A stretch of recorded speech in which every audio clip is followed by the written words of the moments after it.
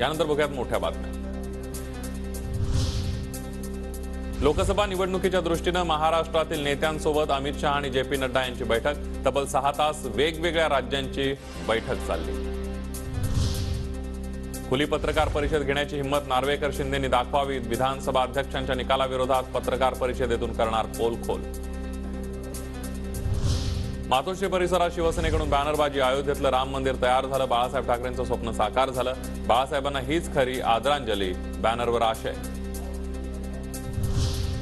घोटाळेबाज नीरव मोदी, विजय मल्ल्या, संजय भंडारेच्या भारतात प्रत्यार्पणाच्या हालचाली वाढल्या। सीबीआय, ईडी आणि एनआयएच्या वरिष्ठ अधिकाऱ्यांचं एक पथक यूकेला जाणार, सूत्रांची माहिती। सोलापूरच्या कुंभारीमध्ये पंतप्रधान नरेंद्र मोदींची 19 जानेवारीला सभा। सभेसाठी 5 लाख स्क्वेअर फुटांचा मंडप उभारला जातोय।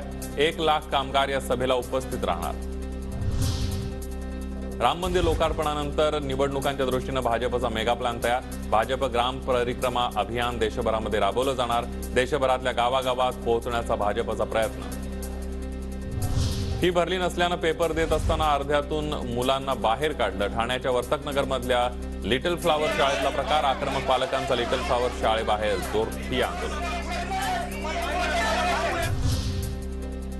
शरद पवार म्हणजे देशाचं नेतृत्व करणारा 84 वर्षांचा तरुण। शिंदे गटाचे खासदार धैर्यशील माने यांच्याकडून शरद पवारांचं कौतुक। तर सतेज पाटलांचं शिरोळ तालुक्यावर विशेष लक्ष, त्यामुळे त्यांची कळ काढून चालणार नाही। मानेंनी सतेज पाटलांनाही डिवचलं।